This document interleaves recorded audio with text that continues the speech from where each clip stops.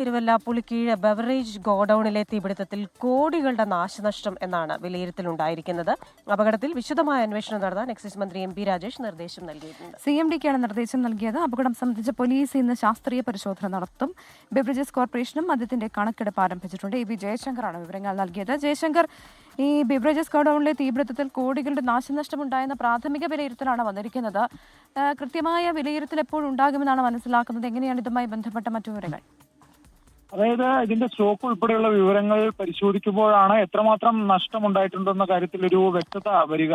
കഴിഞ്ഞ ദിവസം രാത്രി 8 മണിയോടുകൂടിയാണ് ഇത്തരത്തിൽ ബ്യൂറേജ് കോർപ്പറേഷന്റെ സംഭരണ കേന്ദ്രത്തിൽ തീപിടുത്തം ഉണ്ടാകുന്നത്. ജവാൻ മദ്യമാണ് ഇവിടെ സൂക്ഷിച്ചിരുന്നതെന്നാണ് പ്രാഥമികമായി ലഭ്യമാകുന്ന വിവരം. മറ്റേതെങ്കിലും തരത്തിലുള്ള മദ്യം ഇവിടെ ഉണ്ടായിരുന്ന കാര്യത്തിൽ നിലവിൽ വ്യക്തതയില്ല. എന്തായാലും ഇന്ന് പോലീസ് സംഭവവുമായി ബന്ധപ്പെട്ട പരിശോധന ഫോറൻസിക് വിഭാഗം ഉൾപ്പെടെ സ്ഥലത്തെത്തി പരിശോധിക്കും. ഒപ്പം തന്നെ ബ്യൂറേജ് കോർപ്പറേഷനും ഇത് സംബന്ധിച്ച എത്രമാത്രം സ്റ്റോക്ക് ഇവിടെ ഉണ്ടായിരുന്നു എന്ന കണക്കെടുപ്പ് ഉൾപ്പെടെയുള്ള കാര്യങ്ങളിലേക്ക് കിടക്കും. എന്തായാലും മറ്റേതെങ്കിലും തരത്തിലുള്ള ദുരൂഹത ഈ സംഭവത്തിൽ ഉണ്ടോ എന്ന കാര്യമാണ് പോലീസ് പ്രാഥമികമായി പരിശോധിക്കുക. അതിനുശേഷമായിരിക്കും മറ്റ് നടപടികളിലേക്ക് കിടക്കുക. പ്രാഥമികമായി ഇവിടെ ചില നിർമ്മാണ പ്രവർത്തനങ്ങൾ നടക്കുന്നതിനിടെ വെൽഡിംഗ് വർക്കിനിടെ അതിൽ നിന്ന് സ്പാർക്കേറ്റാണ് ഈ തീപിടുത്തത്തിലേക്ക് നയിച്ചതെന്നാണ് ലഭ്യമാവുന്ന വിവരം. പക്ഷേ അതിൽ ഒരു സ്ഥിരീകരണമില്ല. ഫയർഫോഴ്സും കാര്യവുമായി ബന്ധപ്പെട്ട് നിലവിൽ അന്വേഷണം നടത്തുന്നുണ്ട്. എന്തായാലും ഇന്ന് ഇതുമായി ബന്ധപ്പെട്ട് കൂടുതൽ വ്യക്തതയും കൃത്യതയും വരും. നിലവിൽ കോടികളുടെയും ലക്ഷങ്ങളുടെയും ഒക്കെ നഷ്ടമുണ്ടെന്നാണ് സ്ഥിരീകരിക്കാത്ത വിവരങ്ങൾ. എന്തായാലും സ്റ്റോക്ക് എടുപ്പ് നടക്കുമ്പോഴാണ് ഇക്കാര്യത്തിൽ ഒരു വ്യക്തത വരിക. ക്രിസ്റ്റീന,